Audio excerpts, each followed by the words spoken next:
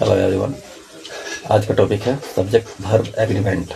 Subject verb agreement कहने का तात्पर्य है सब्जेक्ट और वर्ब के बीच तालमेल, उनका एग्रीमेंट, उनका सामंजस्य, अर्थात सिंगुलर सब्जेक्ट के साथ सिंगुलर वर्ब और प्लूरल सब्जेक्ट के साथ प्लूरल वर्ब।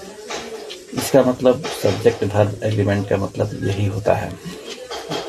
सब्जेक्ट अगर सिंगुलर है तो हम प्लूरल वर्ब लगा दें, और अगर सब्जेक्ट प्लूरल है तो हम सिंगुलर सब्जेक्ट लगा देंगे। तो इससे क्या होगा कि सेंटेंस गलत हो जाएगा। इसीलिए जब भी अगर सब्जेक्ट सिंगुलर हो तो उसके साथ वर्ब भी सिंगुलर ही लगाइए, और अगर सब्जेक्ट प्लूरल हो तो उसके साथ वर्ब भी प्लूरल ही लगाइए। जैसे सब्जेक्ट कोई भी है, नाउन में अगर हम एस जोड़ते हैं या एस जोड़ते हैं तो वो प्लूरल हो जाता है, और वर्ब में जब हम एस या एस जोड़ते हैं तो सिंगुलर हो जाता है। वर्ब और नाउन का ये जो कॉम्बिनेशन है बिल्कुल अपोजिट है।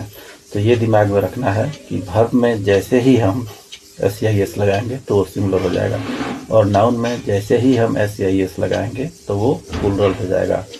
तो वर्ब विदाउट एस या एस का सिंगुलर रहता है, और जब हम सिंगुलर सब्जेक्ट के साथ वर्ब का यूज करेंगे तो सिंगुलर एस या एस वर्ब में लगा ही करेंगे। जैसे he reads, he singular subject है और रीड्स भी सिंगुलर वर्ब है।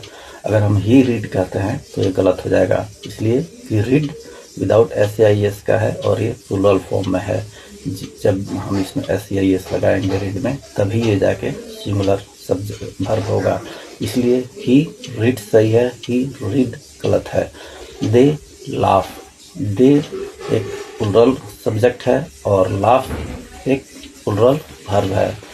अगर हम दे लाफ्स कहते हैं तो गलत हो जाएगा, क्योंकि दे सिंगुलर सब्जेक्ट है और लाफ जो है वो सिंगुलर वर्ब हो जाएगा। इसलिए दे लाफ सही होगा, वे हंसते हैं।